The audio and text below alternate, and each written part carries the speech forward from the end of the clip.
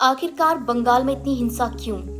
वक्फ विधेयक जो कि संसद के दोनों सदनों में पारित होने के बाद राष्ट्रपति द्रौपदी मुर्मू की मंजूरी के बाद एक कानून बन चुका है। हालांकि देश भर में इसके खिलाफ विरोध चल रहे हैं, जैसे ऑल इंडिया मुस्लिम बोर्ड, सुन्नी वक्फ आदि इसका विरोध कर रहे हैं। लेकिन पश्चिम बंगाल में यह विरोध इतना हिंसक बन चुका है कि वहां पर इंटरनेट तक डाउन करना पड़ रहा है और बीएसएफ तक तैनात कर दी गई है। हालांकि ममता बनर्जी पहले ही बोल चुकी है कि वह पश्चिम बंगाल में वक्फ विधेयक को लागू नहीं होने देगी, लेकिन सेंट्रल गवर्नमेंट के लॉ को वो तोड़ तो नहीं सकती, लेकिन पावर में लाने से जरूर रोक सकती है। पश्चिम बंगाल में वक्फ विरोधी इतने हिंसक हो चुके हैं कि वो स्पेशली हिंदू को टारगेट कर रहे हैं।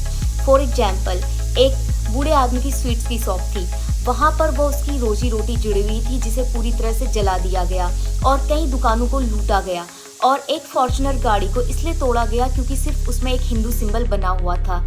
लेकिन जो विरोध शांतिपूर्वक भी हो सकता था, पश्चिम बंगाल में इतना बड़ा हिंसा का रूप ले चुका है कि 3 लोग की मृत्यु तक हो चुकी है और कई लोग घायल हो चुके हैं। लेकिन इसका मेन रीजन क्या हो सकता है?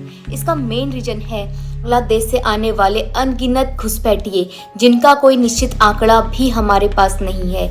ये घुसपैठिए मेनली स्लीपर सेल का रोल प्ले कर रहे हैं और टाइम पर ये मामूली रिक्शा वाला या फिर कोई ऐसा रोजगार देख लेते हैं, लेकिन एक उचित टाइम आने का इंतजार करते हैं जब ये अपना वार कर सके। लेकिन मेन मुद्दा ये है कि भारत ने अपने डोर्स को इन घुसपैठियों के लिए इतने ओपन क्यों किए हैं कि ये मौका आने पर भारत पर ही अटैक कर रहे हैं।